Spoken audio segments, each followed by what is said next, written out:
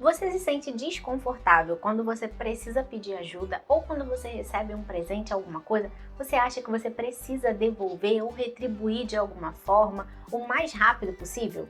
Muitas mulheres vivem presas nesse ciclo silencioso, onde elas sabem se entregar, elas sabem se doar, mas não sabem receber.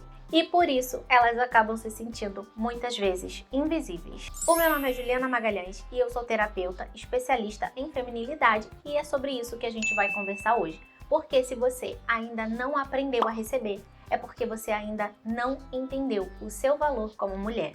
Me conta aqui nos comentários se alguma vez você já sentiu culpa por ser cuidada ou se quando você recebeu a ajuda de alguém você ficou se sentindo em dívida com essa pessoa. É possível que desde pequena você tenha aprendido que mulher não deve depender de ninguém para nada.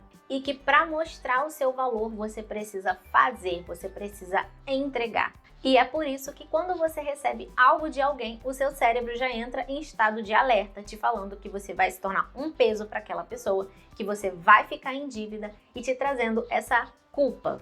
É isso que te torna uma mulher hiper independente, até além do que é saudável, e acaba atrapalhando a sua receptividade natural. E o pior é que isso acaba atrapalhando até a sua percepção do quanto você é amada, porque nós percebemos o amor pela troca. E eu já vou falar mais sobre isso, porque não é essa troca como você está pensando. A verdade é que você só vai entender o quanto você entrega quando você desapegar do que é material. Você precisa olhar o que você faz pelas pessoas que não é palpável, que não é mensurável. Por exemplo, tenta pegar o amor, tenta pegar união. Você consegue mensurar? Você consegue pegar com as suas mãos? Não.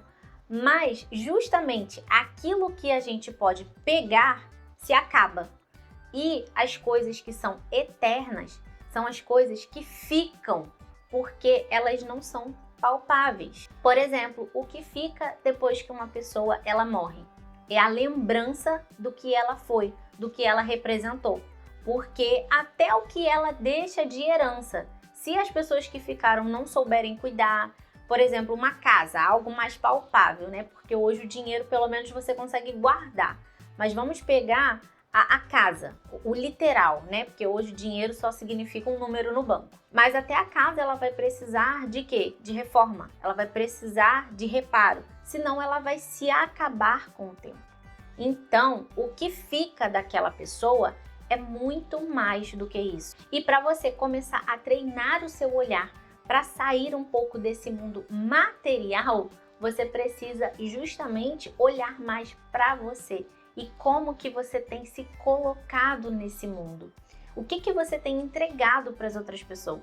Um dos primeiros passos é pensar como você tem se entregado fisicamente, porque a nossa beleza física, a forma como nós nos apresentamos para o mundo, comunica algo. Por exemplo, uma mulher que ela acorda e passa o dia inteiro com a mesma roupa que ela dormiu. O que ela está mostrando? Se ela fosse trabalhar para qualquer outra pessoa, ela precisaria sair de casa, ela precisaria tomar um banho, ela precisaria trocar a roupa dela, ela se colocaria mais apresentável para o mundo. E quando ela faz isso dentro de casa? Ela não tem essa necessidade de se colocar apresentável. Não estou dizendo que você vai arrumar a casa com uma roupa que você iria sair para jantar.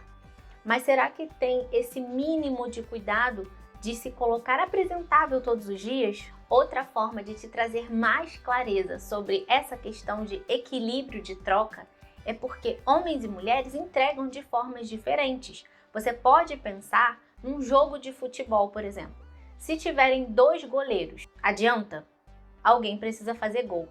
Mas se todo mundo estiver no campo e não tiver goleiro, o gol não vai ter valor, certo? Porque tá lá fácil demais. Então precisa de um fazendo uma parte e outro fazendo outra para o jogo funcionar. E é assim que funciona dentro da dinâmica de homem e mulher. Os dois não jogam na mesma posição, jogam no mesmo time, não são adversários, mas um complementa o outro de formas diferentes. E é aqui que a gente entende o nosso valor e desapega do lado financeiro. Porque, como eu falei, o que é material se acaba, mas o que uma mulher entrega dentro de uma família, é algo que não tem como nem pagar, não tem como mensurar. E não que o trabalho do homem não seja necessário, é sim, os dois são igualmente necessários, porque se os dois estão do lado de fora, ninguém cuida do mundo interno. E se os dois estão no mundo interno, a família passa fome. Então, assim, não existe isso. Vai ter momentos, sim, que um vai precisar estar em casa e o outro vai precisar estar lá fora, mesmo que seja por um tempo, mesmo que depois a família decida que a mulher vai voltar a trabalhar fora, enfim. Mas o trabalho que é feito dentro de casa, de uma forma ou de outra, ele acaba sendo mais responsabilidade para a mulher. E eu não estou trazendo isso de uma forma para trazer revolta para a gente.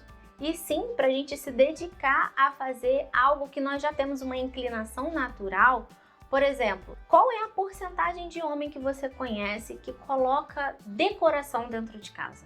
Qual é a porcentagem? Hoje em dia até tem alguns, mas qual que é a porcentagem do homem que se incomoda e que se preocupa com os detalhes de dentro da casa?